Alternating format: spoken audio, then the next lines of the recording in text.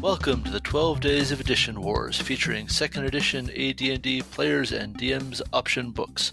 In this series, we are taking a close look at these special books that are often considered D&D 2.5. On the 4th day of Edition Wars, my DM gave to me Combat and Tactics, Part 1. Alright, so Sam, start us off. What is this book? Well, actually, this was, we started this 12 Days of Christmas series with Skills and Powers, but technically, Combat and Tactics was released a month prior. So it was actually the first Player's Option book released. And this book has, what is it? 7 chapters, 9 chapters? I think they all have 9 chapters, right? It has 9 chapters of combat options. And it is glorious and horrific at the same time. Yeah, that seems a fair statement. So my thesis for this book, right, which I'll go ahead and state up front, and we'll see how right I am about this. My thesis for this book is that this is the prototype for 3rd edition combat. Totally disagree. Oh, you disagree? No, I'm just kidding. Okay. No, All right. No, how could anybody disagree with that? I was going to say, bring it on, man. Let's do it. I think that this is to 3rd edition combat very much as 3rd edition is to 5th edition. 3rd edition is much more nitpicky than 5th edition about a lot of things. Such as the things that provoke opportunity attacks, and exactly how flanking and so on works, and the whole diagonal movement cost 5 then 10 then 5 then 10, and a lot of those kinds of edges were deliberately sanded off in the span of 4th edition and 5th edition design. Mm-hmm. Well, let's give a specific example of that. If you happen to have this book, on page 8, there is an image. The first chapter starts talking about battle mats and, how to use miniatures, and it provides a diagram. That the first diagram it provides shows some miniatures on a map with 1-inch squares, and it labels all of the spaces around each miniature. They're either a front-facing space, a rear-facing space, or a flanking space. And what strikes me about this image is that one of the miniatures is directly centered in a square, and the other miniature is shifted by 45 degrees. So the mini is not actually, so the base of the mini is shifted 45 degrees. Right. The miniature is still technically within the square, but they're illustrating the difference between front-facing, which are 3 of the squares that this particular miniature is at, versus rear-facing versus flanking.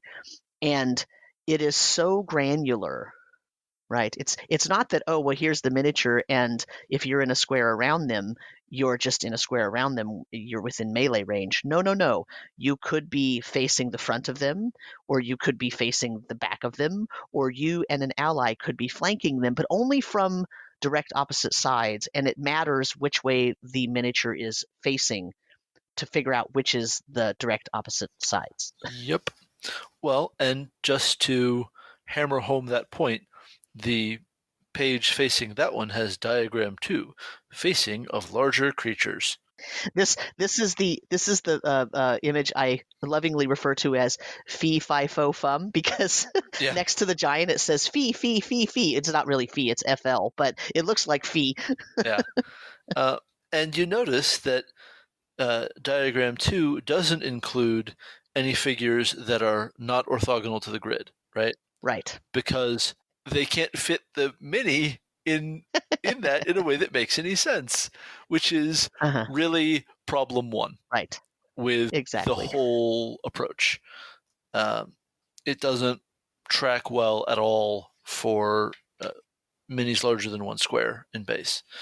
But yeah, like this is setting out a lot of the things that I think a lot of the stuff that's here was true in second edition, and I'm just not digging through the DMG to prove it. A lot of the stuff about large, huge, gargantuan creatures, so on, that's very familiar. And so I have a secondary thesis, which is that we're going to see some things that are true in Combat and Tactics and in 5th edition, but no game in between those. And I have no idea why that's true unless it's either, it sort of has to be either independent invention or someone did some deep research and said, hey, that was a neat idea. Let's circle back to that, but implement it a little bit differently. So, for example, there are no colossal creatures in this book. The size scaling stops at gargantuan. And that is unstatedly large. Much like you see in 5th edition, which doesn't have colossals for reasons, but it was also something I had to design my way out of when I was writing the Kaiju Codex for Wright Publishing, because it's right there in the name. I need Kaiju. They have to be the biggest thing going, and I need to be able to describe how enormous they are, so they have a special trait that is about being colossal. Anyway, I digress. So from the sort of clumsiness of facing rules, things rapidly get much, much worse, because the game wants you to track both melee combat scale and missile scale at approximately the same time, and rearrange your minis when creatures at missile scale close to melee scale. And so there's a whole diagram about combined scale that I have no idea what it means. It is not instructive in any way. And I mean, there's a section on how to switch scale to zoom in from missile scale combat to melee scale combat. And we just don't think about things that way really at all anymore. For the most part, we have rescaled the ranges of missile weapons to be sort of meaningful in melee combat, and not just if I can see them, I can hit them. I mean, the longbow is a bit of an exception because 600 feet is no joke, but what you have to understand is that distances in especially first edition, but also second edition, get very tangled up around around the unit that's even attached, whether it's a single hash mark for feet, 2 hash marks for inches, which means feet or yards. And in this book, they actually went to a movement rate by character race. And for example, humans are 12, elves and half-elves are 12, dwarves are 6. But that's 12 squares on a battle mat, which is supposed to be 5 feet. So that's 60 feet. Right, and that's only sensible for the human and 30 feet for the dwarf. Right, and that's only sensible if you understand that we're talking about these 1-minute rounds. Until we're not, and we'll get to that, because it's a book full of options that you really have to spend a lot of work resolving against each other. Well, so let me actually say something about that. What's funny is, we sort of started off right away kind of dogging on this a little bit, but the thing is, when you read the book, it flows very well. It flows from one topic right into another. It's describing how this system can all work and how it all fits together, and you can assemble a system in your game where you have a difference between melee weapons and long-range weapons that's still meaningful even if you use a battle mat. And like like it reads so nicely. Like it reads as a logical flow of here's how this system works. But when you put it on the table, Right. I'm going to argue that the prose promises far more than it delivers. well, yeah, and that's why I said read. I said when you read it, it makes logical sense, and you could see why they went from one paragraph to another, and what the transition from one sort of mini topic to the next mini topic, and threatening squares and being grappled and attacks of opportunity, and all of those things they fit very nicely. It's very well organized in terms of topic flow, but man, when you sit down at the table and you try to implement these things, it really doesn't flow as well anymore. I mean, the very next thing is the combat round that offers a 10 to 15 second combat round. So you have roughly 5 rounds in a minute rather than 1 round in a minute, which is the stated default for second edition. And the fact of the matter is, I sometimes have some logical issues with the brevity of a 6-second combat round, and in some ways a 10 to 15 second combat round would be more to my taste. I'd have to think about rescaling spells and such to match that, but it's not important right now. The point is, this asserts that you can just ignore that change completely as you shift between normal time and combat time. And that is sort of ill-considered to me, because it really just means that things happen faster in combat, spells run out faster, and people move slower, and all of these things. Oh, no, so people move faster because it's in less time, and it's just very what? And if it were not asserting a kind of realism, that would matter to me less. If it were sort of embracing its cinematic nature, I would be more okay with this, but it is trying to assert itself as a sort of gritty, immediate, and real combat system, and it's not what's in evidence, folks. I'm sorry. I mean, it talks about the fact that you now fall faster, right, under the effects of featherfall, because Right. you fall the distance of featherfall in 10 to 15 seconds rather than 60 seconds. So they know that it makes no sense, and they just tell you to let it go, but I don't think it meshes with the rest of the text. Well, what's funny is it says this is an abstract system, so applying physics properties to every situation may reveal lots of facts, but it won't make for a better game. But in the middle of that sentence that I just read, they have a parenthetical section that does exactly what you just said. It does the math regarding featherfall and explains how you will now plummet to the ground 6.8 miles per hour versus 1.4 miles per hour. But I see why they did that, to illustrate their point, except that you can't have it both ways. You can't say, well, this is going to be the most realistic and we're going to do all these things to make this move towards realism or simulation. But then, by the way, you kind of have to forget the rules of physics too. Right. Like you don't get to do both of those. I mean, well, I guess you do, but it kind of kills your credibility a little bit, right? And it's exactly what we're going to see in third edition. As I continue to put forth this thesis,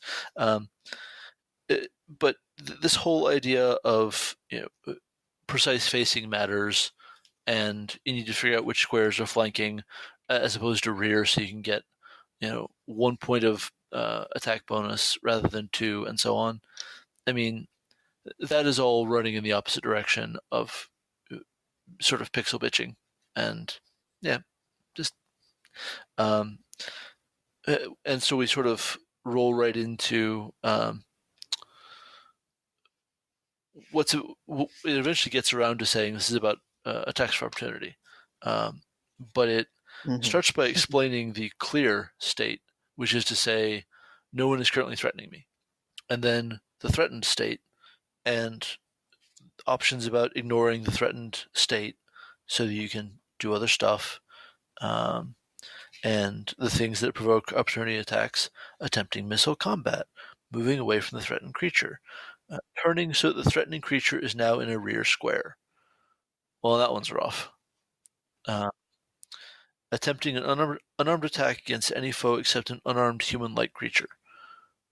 Well, that's why you don't have monks in 2nd edition, guys. That right there. And don't get me wrong, you do sort of have monks. The game just hides them, and they're definitely not sort of in communication with this rulebook in any sense. And I say that knowing that we're going to get around to the chapter on unarmed combat in this book. But and it's going to be. But that is still your sentence is still correct. That is largely unmarried or unconnected in any way to to the monk. Or it's something we said with Skills and Powers, right? That the separate chapters didn't feel like they were talking to each other or talking about the same thing, and it got very confusing, and it's going to get confusing here. And there are places where this book seems like it knows what's coming in Skills and Powers, and places where it clearly doesn't. But we'll sort of see that as we go. Well, there's places in this book where it seems like it knows what's coming in the very next chapter, and then places where it doesn't. Yeah, exactly. Forget book to book; just look page to page. Yeah, and so there's rules on threatening. The squares that you threaten, the squares that you don't, because of course it's about facing again. Then attacks for opportunity. Well, so there's actually sort of combat expertise as a default state in this book, except that it's not about your dexterity bonus. It is about your number of levels or hit dice. Warriors and monsters can make 3 attacks for opportunity plus 1 per 5 levels or hit dice. All other characters can make 1 attack for opportunity plus 1 per 5 levels. 30 kobolds trying to swarm past a fighter in a narrow passage will take losses, but some will still get through. Well, good lord, is that a lot of rolls. Good lord. I think we can all be grateful that you now get 1 reaction. And the Cavalier gets their weird special case thing. But here's another one of those cases where, they set up a rule so that it can act as a replacement for physics rules, but then it doesn't actually make sense in the narrative. That's not how it would work, So it's, once again, you can't have it both ways. You don't get to say, well, we're going to make this rule because we want it to be really realistic, and we want to give the fighter a little bump and let him, or her, make all of these attacks. But no one else can do that. And it still works out because we said, right? Well, and I think they were running into a real sense that the 2nd edition fighter is not that sexy. Not when you look at the just ridiculousness that was coming into print for wizards, and to a lesser extent priests, just book after book after book. I mean, Pages for the Mages, guys. Just goodness. Like every new Forgotten Realms book would have at least a handful of new weird niche spells that, if used correctly, just totally broke the game. So right. Attacks for opportunity. I think there's a sense that this is the starting point, and then you get to 3rd edition, and well, probably you only make 1, but okay, you could buy this 1 feat that is incidentally required for a lot of stuff, and you really probably want if you have a good dex, so you get a bunch more opportunity attacks. Well, that's still really burdensome, seeing 3 opportunity attacks in a round. I'm trying to remember what was the opportunity attack rule in first edition. There was one, but a lot of people will say that there aren't attacks of opportunities in first edition because it's not called that. But if you look in the DMG under special types of attacks, you find that there is a rule for attacking those that are breaking off from a melee. It says at such time as any creature decides it can break off the engagement and flee the melee. To do so, however, it allows the opponent a free attack or attack routine. This attack is calculated as if it were a rear attack upon a stunned opponent. In other words, it's easier. When this attack is completed, the retiring or fleeing party may move away at full movement rate, and unless the opponent pursues and is able to move at a higher rate of speed, the melee is ended and the situation becomes one of encounter avoidance. But when you're attacking in first edition, when you're attacking someone's rear and they are stunned, I mean, that's like, Yep. They might as well be unconscious. So anyway, so I just wanted to. So that's just the basics of the rule right there. There is no idea about one person. There's no limit on the number of times you could do that. It doesn't say. Well, maybe I should check the flanking rules, but it doesn't say. Well, if you're surrounded by 4 people and they all break off, you cannot attack them all. You have to pick one. It just says someone who flees melee can be attacked. So anyway, moving on. Then, like you mentioned, we get into movement rates, and it's race linked, and that's fine. That's your pace. It's just dwarves, gnomes, and halflings are half the speed of humans and elves, and that may nominally reflect leg length, but it is sure not fun. Well, see, once again, right? The physics. Okay, anyone who's a runner knows if you're 5'5" and you're running against someone who's 6'7", your stride is much shorter than theirs, and so Sure. you're at a disadvantage. But like you said, that's not fun. Right. Well, and in the let's say 10 or 15 second combat round, I don't know that it's as sort of aggressively visible as this makes it. Mm-hmm. Yeah, sure. But, well, except remember, it also expects you to be jumping back and forth between melee distance and range distance. Well, sort of. Once they close to melee distance, you're pretty much in melee distance.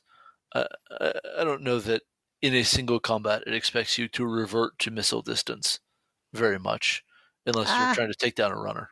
I don't know. It's written that people can retreat and then turn to fire upon you, and that now suddenly, instead of being in melee, you're now in ranged again. Right? Well, that's fair. It is written, and so it shall be done.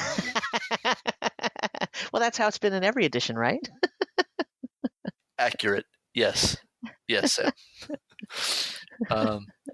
And then we have another page of stuff that no one ever asked for. 5 grades of encumbrance.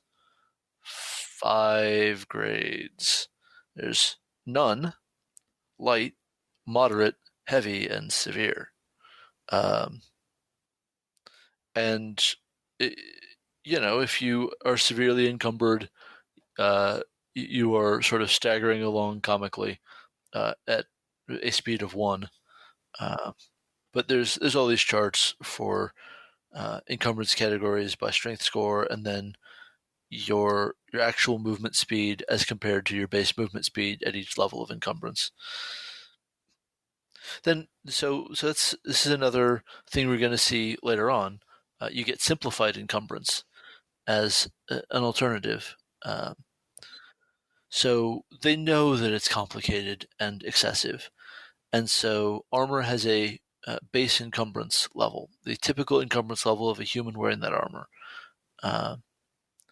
And that's got everything in the world in common with the way that some medium and I think all heavy armors slow you down a little bit in 3rd edition. That's just the concept there. Because 3rd edition, well, it was going to track the weight, but it recognized that it was not actually going to be a fun game at all if your armor was heavy enough to put you into an encumbrance category, because that meant you couldn't haul out the loot. I mean, come on. It's the thing that even me as a not especially, dungeon bashing, loot seeking type of player, like, that's miserable.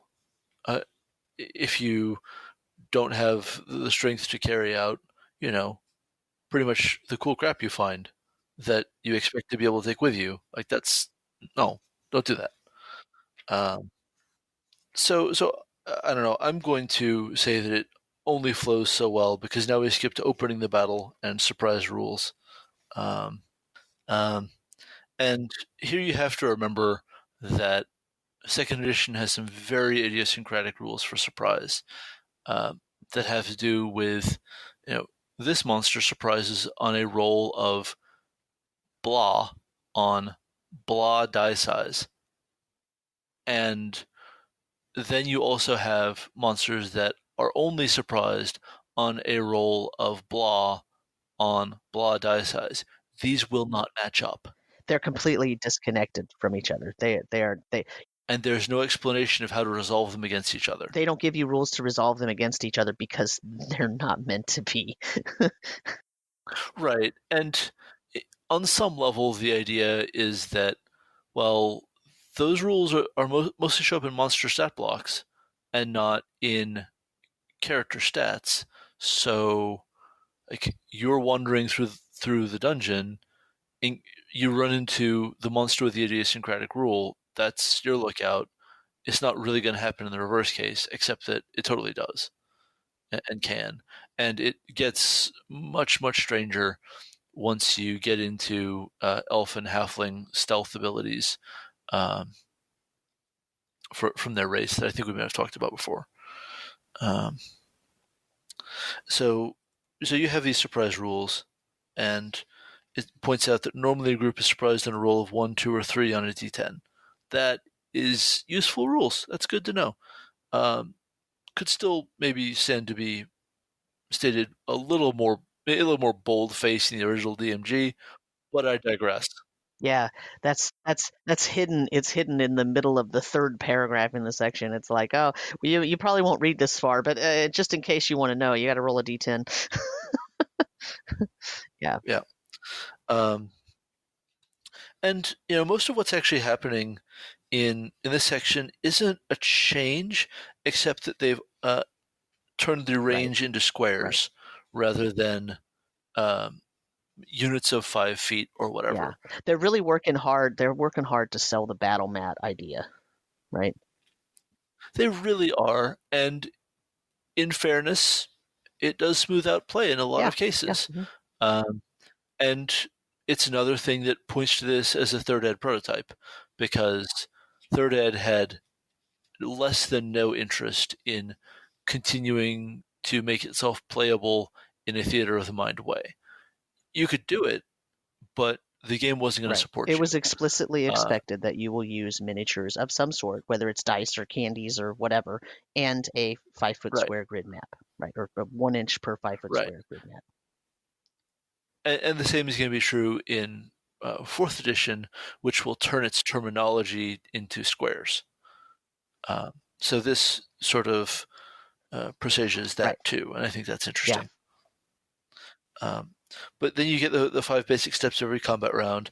Well, this part is bog standard for 2nd edition, where you sort of first the DM determines what the monsters are all going to do, then the players determine what they're going to do, then you roll initiative, and that can totally invalidate your action choices because thanks.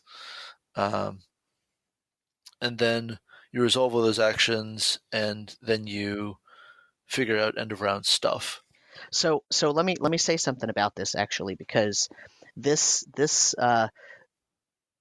reminds me of the premise of gold is XP, Okay.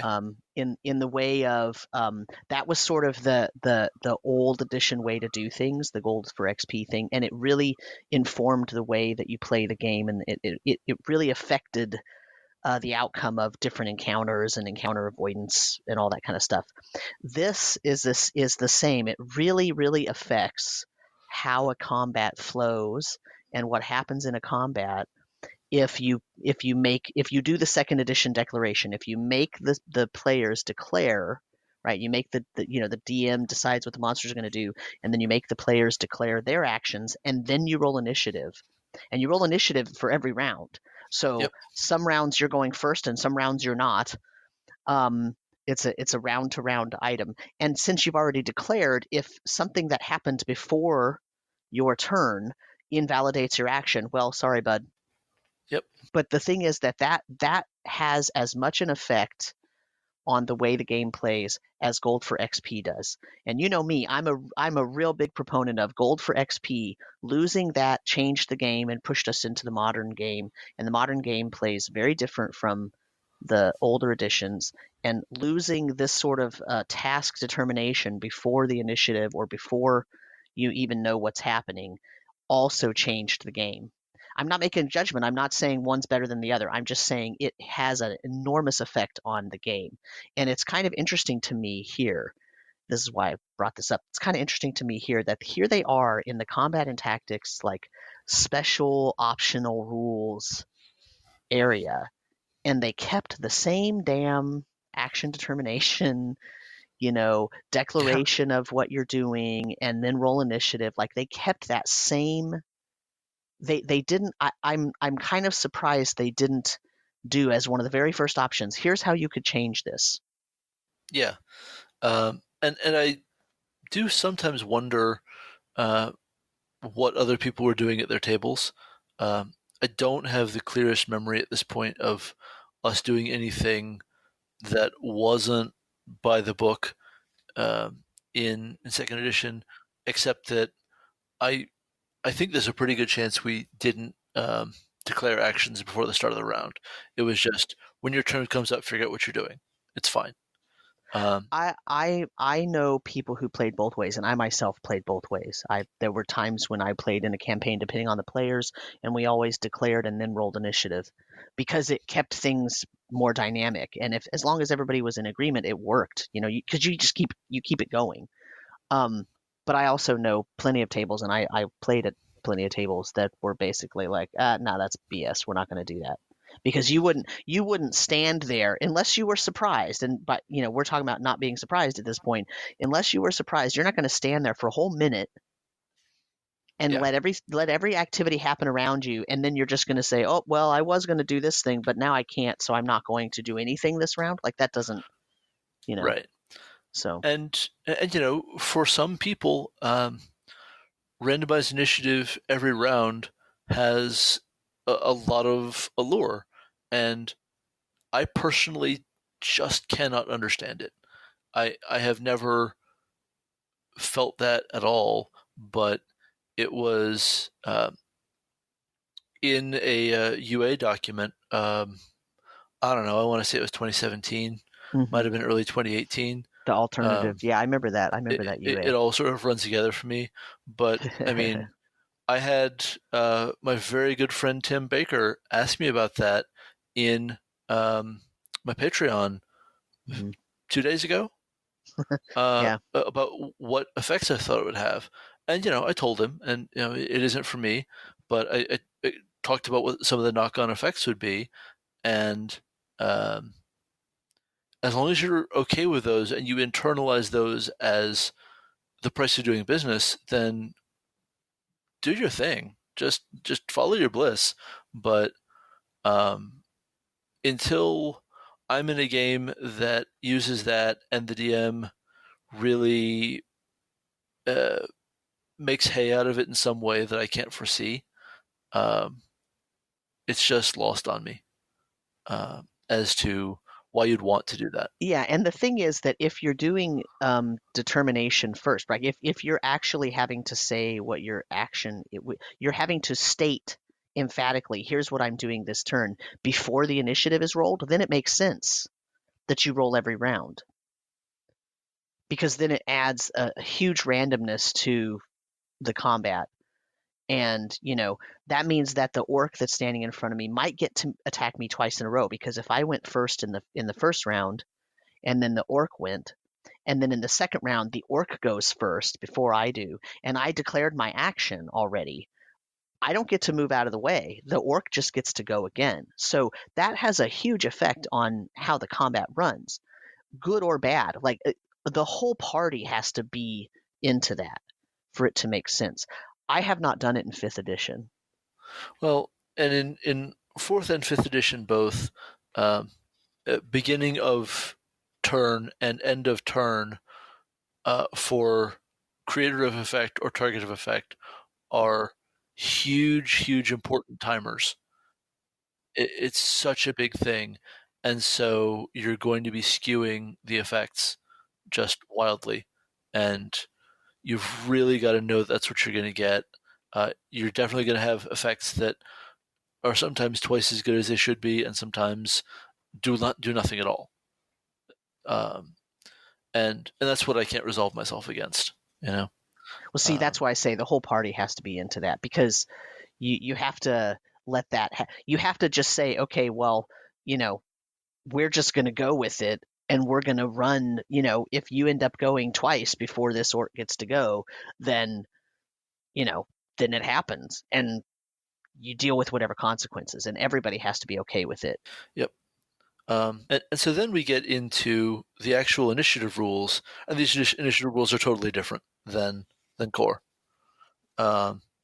because instead of being a pure numerical round timer that is then modified by the casting speed of spells and the speed of your weapon and whatever else, and why dexterity doesn't factor into that, I'll never fully grasp, but that's okay. You instead have initiative phases, which sort of seems to point to what Shadow of the Demon Lord does, except that it is 5 phases from very fast to very slow, instead of fast turn, slow turn. And then there are things that can kick you up a phase from whatever your default initiative phase is. Things can kick you down a phase, but initiative is still rolled by side and not by individual. Right. And frankly, that's just weird with the level of detail that's gone into action declaration. Well, and it's still a D10, right? Yeah, it's still a D10, but by side. But then there's, your initiative is your base initiative is based on the size of the creature. Right. Well, sort of. That base initiative is for when that creature is attacking with its natural weapons, because the weapon has to have a speed, and the weapons are going to get speeds when you get to the weapon chart that is unique to this book, because just as Skills and Powers reprinted the whole weapon chart, this book does too. Right, and combat actions affect it as well, right? Combat actions change your speed of whatever you're doing, not just weapon speed, right, but what you're doing with it. I mean, that's a whole page from now, so I'll get back to you in 10 minutes. Yeah. Let's be real about what I'm looking at here on page 18 and 19. So right, you also have magical bonuses improving a weapon's initiative, which is frankly nice to see. Those bonuses did shave off weapon speed in core 2nd edition, and so when they shifted to phases, I'm glad they didn't completely ignore that, though it's a lot of extraneous complication. It's definitely a let's do some tax forms before combat. It really is. And it's definitely possible to drive weapon speed down to 0. I presume it can't go negative. So then you get critical events, which are actually a really neat idea. It's very much sort of looking forward to the luck decks that got released in 4th edition, and if you squint and think about it for a bit, it's lair actions. That's a good point. I hadn't attached this to lair actions. So over in Dragon Talk, your friend and mine, Dan Dillon, was talking to Shelley Mazanoble about how to be a good GM, and he pointed out that something you can do to really bring things to life is just on initiative count 20, make something happen. Something happens, even if you're not in a lair. Just something happens, and this is sort of doing the same thing, just potentially manipulating the number of combatants on the field and imposing conditions and damaging gear and so on. And I mean, that's a good enough idea that pulling that into core in a future edition is probably a pretty strong move.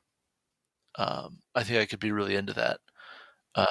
It would accomplish some things that I think are missing. I'll put it that way. But your list of things is armor trouble, battlefield damaged, and honestly, destroying the architecture is such a part of cinematic fantasy action that making it as hard to do as it is in D&D is a shame. Battlefield shifts. The tide of battle carries all figures 1d6 squares in a random direction. Nobody provokes opportunity attacks. That would be really hard to do in a coherent way, but I like where their head is on that.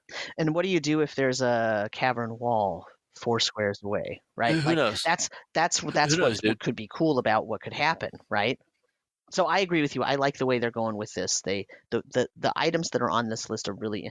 This might be one of the best things in this book, to be perfectly honest. I hadn't looked at this page until 20 minutes ago. Well, okay, 20 minutes before we started the episode.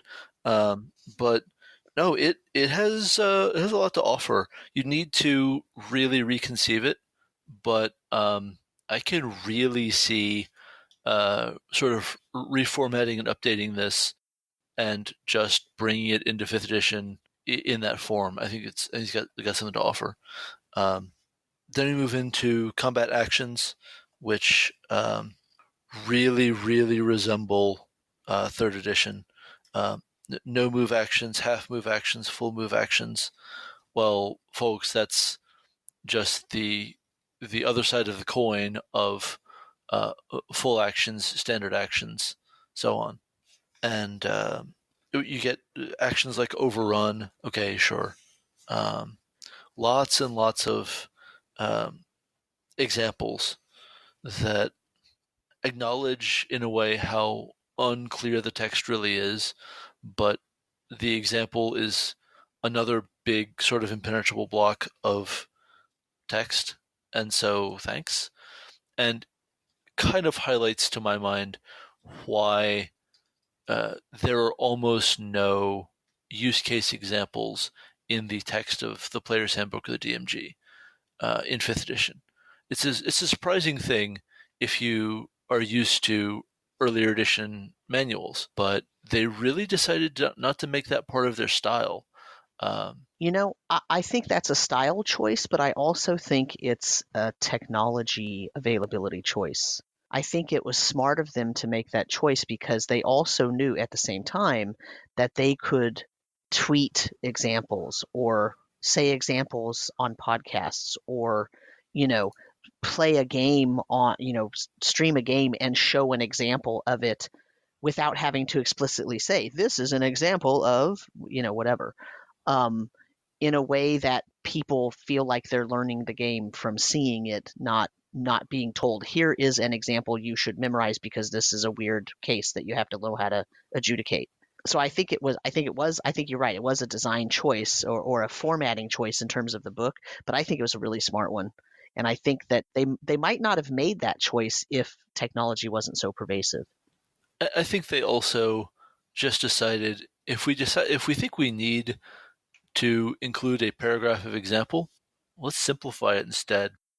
I mean, they wound up with the most successful D&D that has ever been printed in real consumer terms. So, I mean, I guess that's working out okay. Yeah. Are you sure it's the most successful that's ever been printed? I mean, the Mincer Red Box was super duper successful. They'd have to release sales numbers to prove that. So Yeah. I can stand firm in my unprovable assertion. I'm okay with that. I don't have a dog in the race. It doesn't matter to me at all. I do want to point out though. I want to step back a half a page with you. Sure. Because Yeah.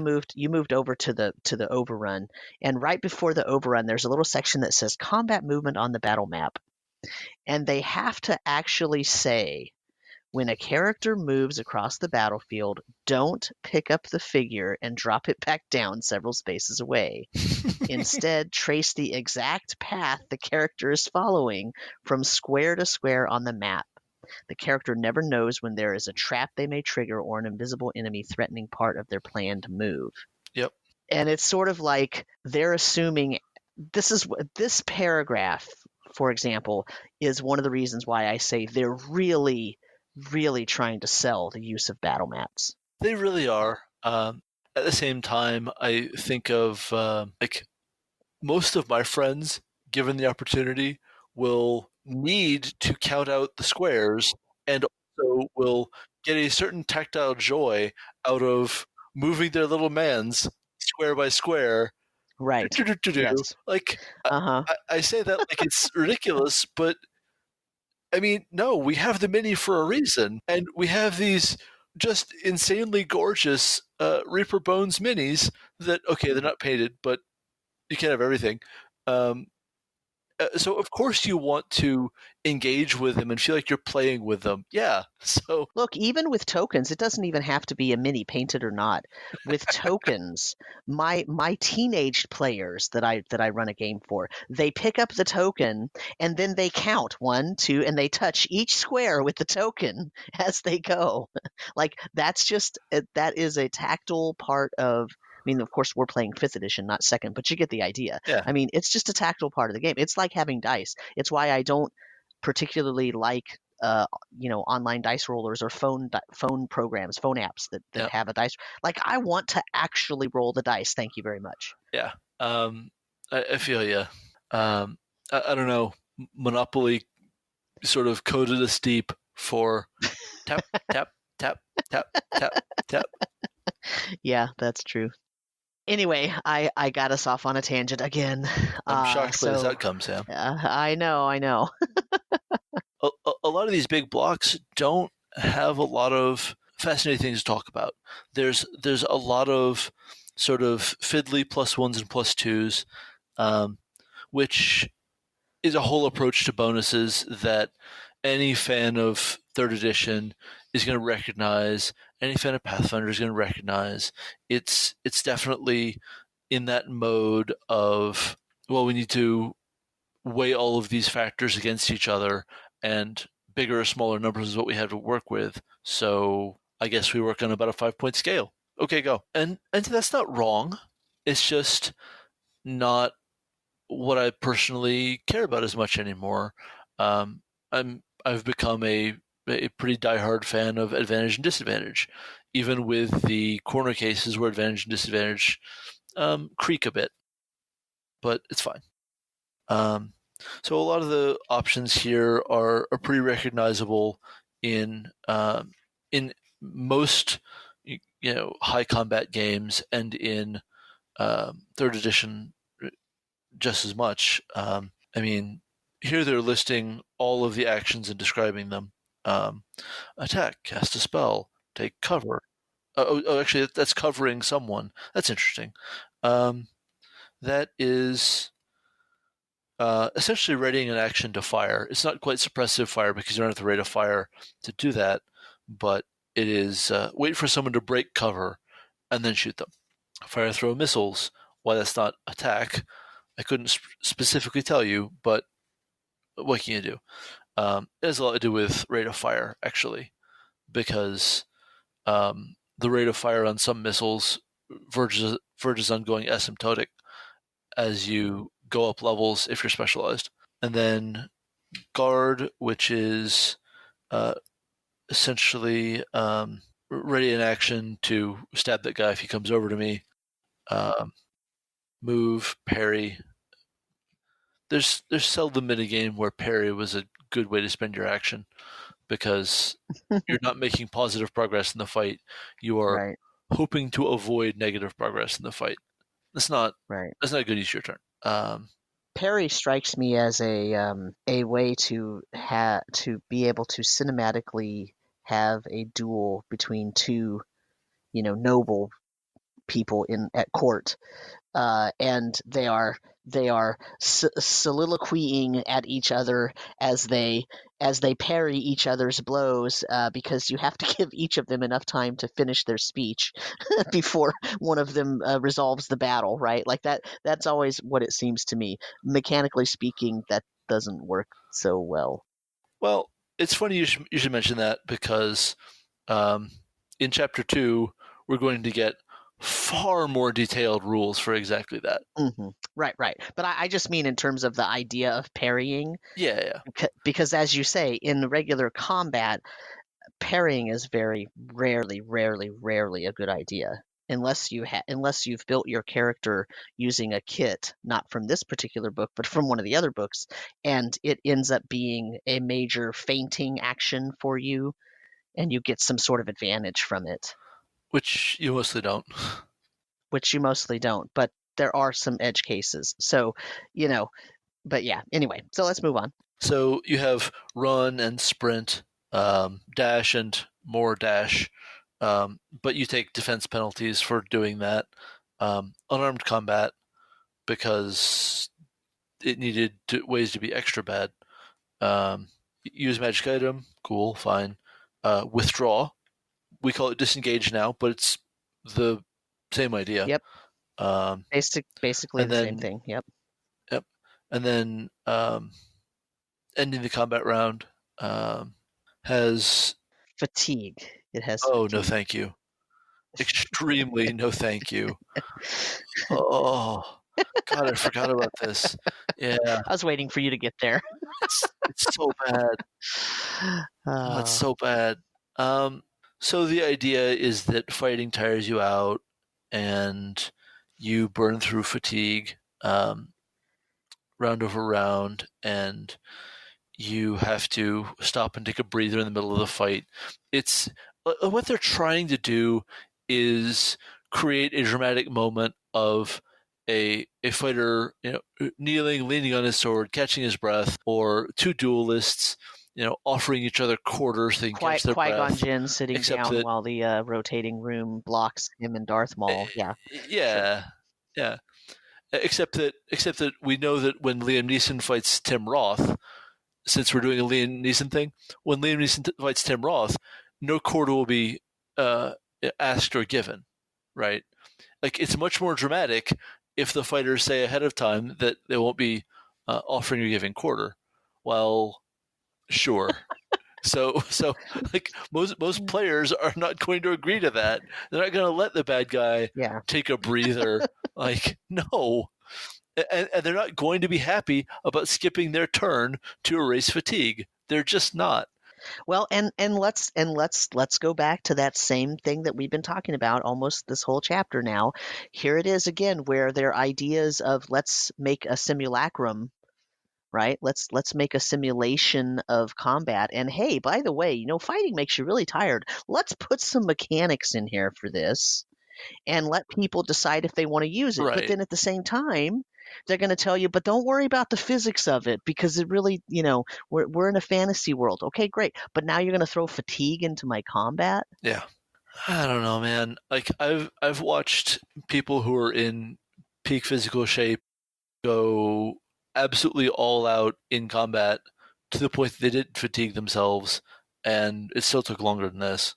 I've watched people give themselves heat stroke in the middle of a field, and it still takes longer than this. And these are supposed to be heroic characters, like maybe kind of better than my very good friend who was just, in the armed forces 15 years ago, 20 years ago, whatever it was, right? Like, anyway, I don't know. It gets under my skin for just having so much to track. It would be kind of okay as a video game.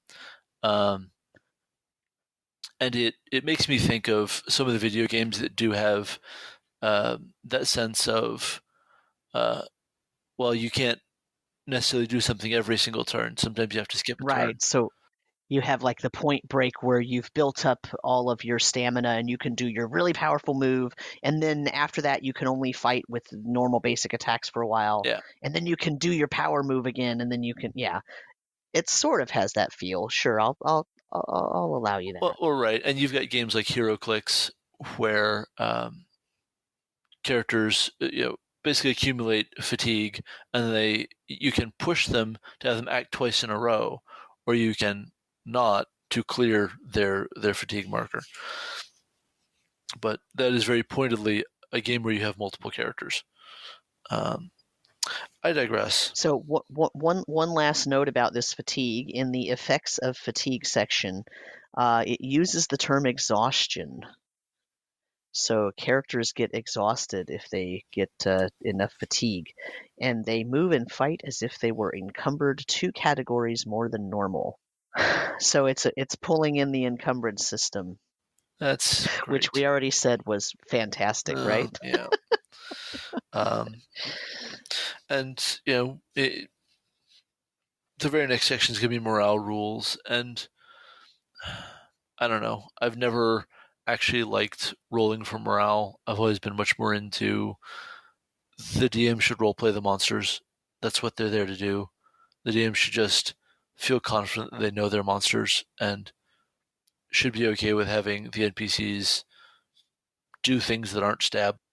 Well, back in basic D&D in first edition, when you had so many retainers and hirelings and minions running around, they had to make morale checks, because at some point they're either going to be so confident in their abilities because they've been running with your group for a while that they're going to leave and try to become adventurers on their own and establish their own adventuring group, or they're going to be so disgruntled with your treatment of them, or with their lack of funds, or with the fact that they keep putting themselves in danger and they don't even get a full share of the loot, that they're going to, be in a bad mood. You know what I mean? Sure. So I get the idea of morale for hirelings and henchmen and all that, and I use that when I play basic D&D, or when I play Labyrinth Lord or whatever. But in 5th edition, I don't use anything like that.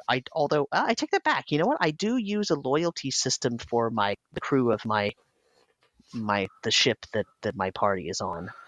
Sure. Because they have a quality score, and that's directly related to their ability to actually get things done on the ocean. That's good. I wrote a loyalty track, sort of comparable to the exhaustion track, except beneficial rather than penalizing, because what I wanted to model was Mass Effect, and the whole sense of a loyalty quest.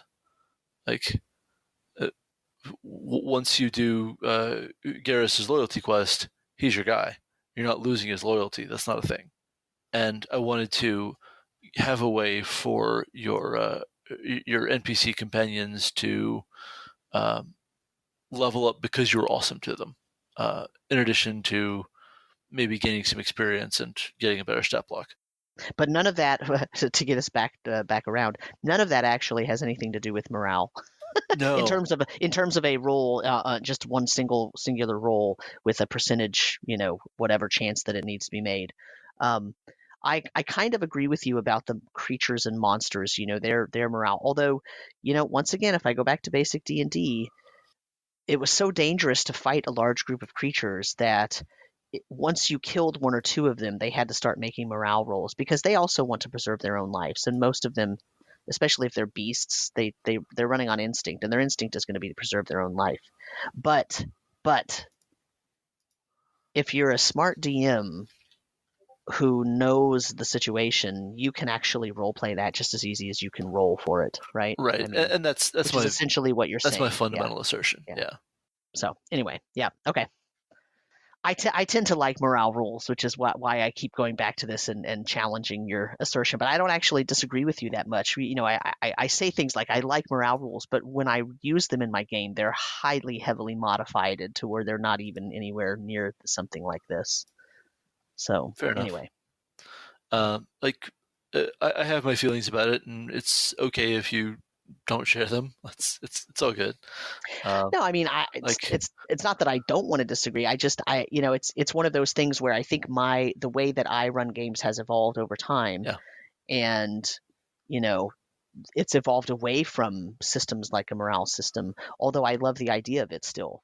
To me, it makes sense because I played so many years of basic D&D where it does make sense and it does have its place. So anyway, Right.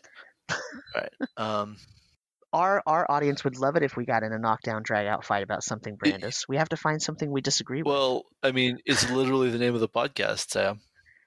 I know. And they're disappointed. There has been no war so far. So the next couple of pages are very kind of bog standard stuff.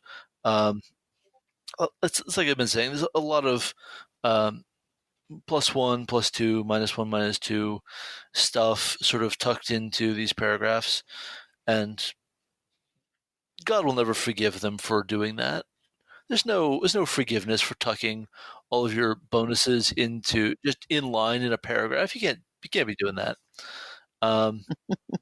They were trying to save space, and they failed.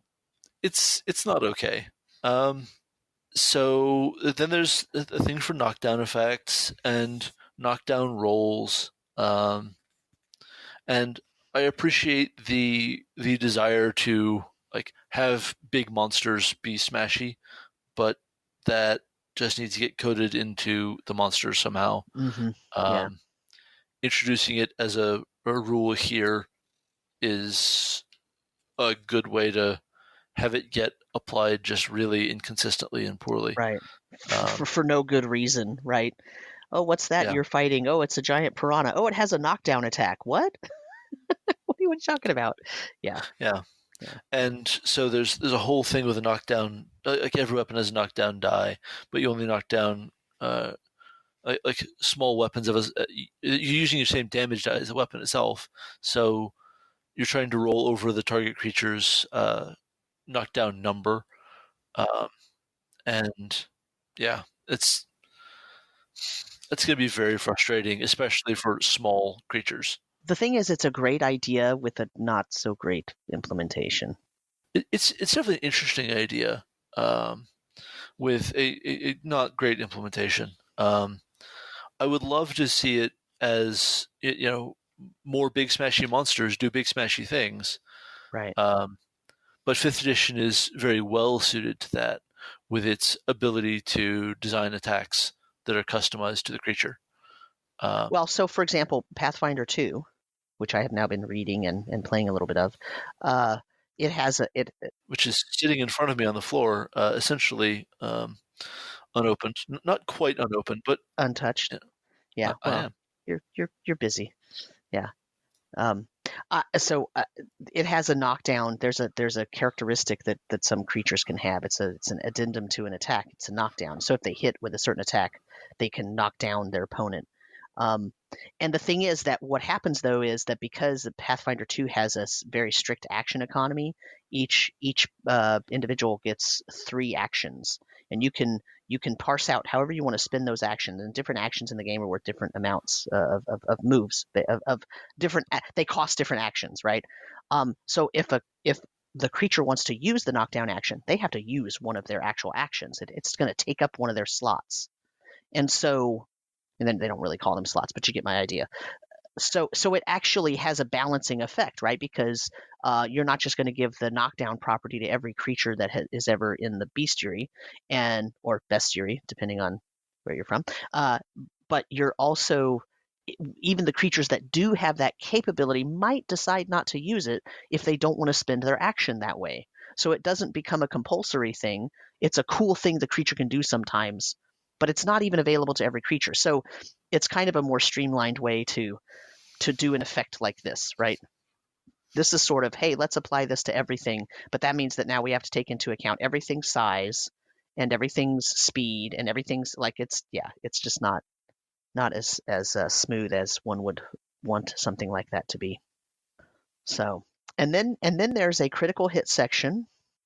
This book is full of critical hit sections. Then there's this really interesting section about the gray areas. The gray areas. It gives us some example, and then it says, "Oh, the answers to these and other similar gray areas of figure placement and movement is, it doesn't really matter, as long as the solution is equitable." Well, I agree with that, but you didn't need to give me 3 paragraphs of example before you tell me that. And then we get an extended example of combat, which, how they could write this and not draw the conclusion that it was burdensome and horrible, I can't. Well, this kills me because it's so many. It's 4 pages to do 4 rounds, and the 4th round is essentially completely missing. Right? It gets 1 paragraph, and it's a summary, and I think that examples of play like this as a way to teach people how to the fact that games are a dialogue are actually they get a bad rap. I think they're underrated, but this book is trying to sell me on the opposite idea because Yeah. it is impenetrable, and It's not a good example because it sprinkles rules. It sounds like a great idea. Let's do an example, and every step of the way we'll explain why that certain thing worked that way. Except it doesn't work well. I don't want to be unkind to the designers. This is very, very much where thinking was at the time. They were writing a book that was a reasonable product of its time, and they were responding to what they perceived in their audience in a time before good, reliable audience surveys, right? And also a time before the internet. Now, I'm not saying there was no communication. Well, what was this, 94, right? I'm not saying there was no communication, but it wasn't like it was today. For sure. I imagine that they had pretty fair communication with the kinds of players who cared enough to go to Gen Con, right? Certainly in 94, Gen Con was the be-all and end-all of TSR Con attendance because it was the house that Gary built. But yeah, that gets us through Chapter 1, kids. So I have a couple of final thoughts, or maybe it's just one final thought. Hit me. About Chapter 1. So, I still, the first half of it to me is still really well written in terms of the flow of information. I can see, the reason I say this is because I can see what they're trying to do and what they're trying to say and the points they're trying to make. And I think it's done well enough for the time to get the point across. And I've done a lot of bagging on this chapter for this entire episode, but I do want to say that there is a group of players out there who absolutely love using this stuff. They now, granted, the layout might not be the greatest because, as you said, a lot of times they'll throw a little +1, +2 bonus, rules into the middle of a paragraph, and they don't explain things very well in one hand, and then on the other hand, they're giving us, half a page example of another particular rule that seemed like it was easier to understand. I mean, there's all sorts of little issues like that, but there are some people that loved this book. I'm sure. And so I feel like, it's not really, it didn't really speak to me, so I didn't use a great deal of it other than the combat tables and back. But, I'm not knocking it because I think it has its place. And to address your premise at the beginning, or your thesis at the beginning, that it's kind of a 3rd edition, a prelude to 3rd edition, I think in that way, I can't imagine that when they were designing 3rd edition, they weren't sitting around and saying, okay, what are the best parts of the Player's Options books? Yeah.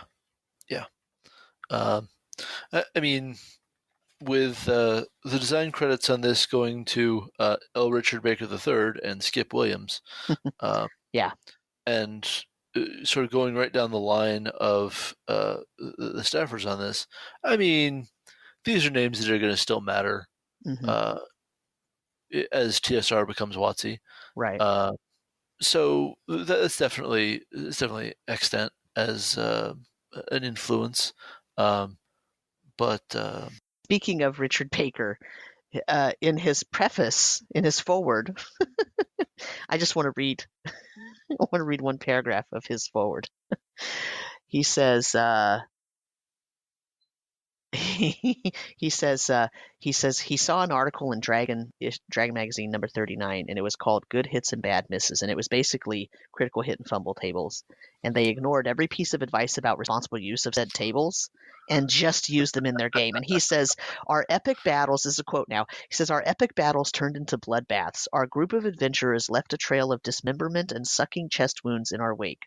I distinctly recall one battle in which my character, a dwarven fighter named Hindle, had the unbelievable misfortune of losing one leg, losing an arm, and another leg at the ankle. He still had 30 hit points left, though, so he just kept on battling, swinging his axe with great war cries as he crawled along after his enemies." Wow. So, that's the sort of gusto with which they approached these rules. And, that also tells you, and I mean, he says, we had to suspend our disbelief a great deal, to make any of that make any sense whatsoever. But, I mean, that also speaks to the whole idea of, well, suspend your physics rules and just deal with these rules and deal with our granular pluses and minuses and our rules and make it fun for your table, and you'll probably have a blast. Yep. Well, I'm looking forward to continuing this book. And then that's where we'll end the episode. Stay tuned tomorrow for the 5th day of Christmas and maybe one more chapter of Combat and Tactics.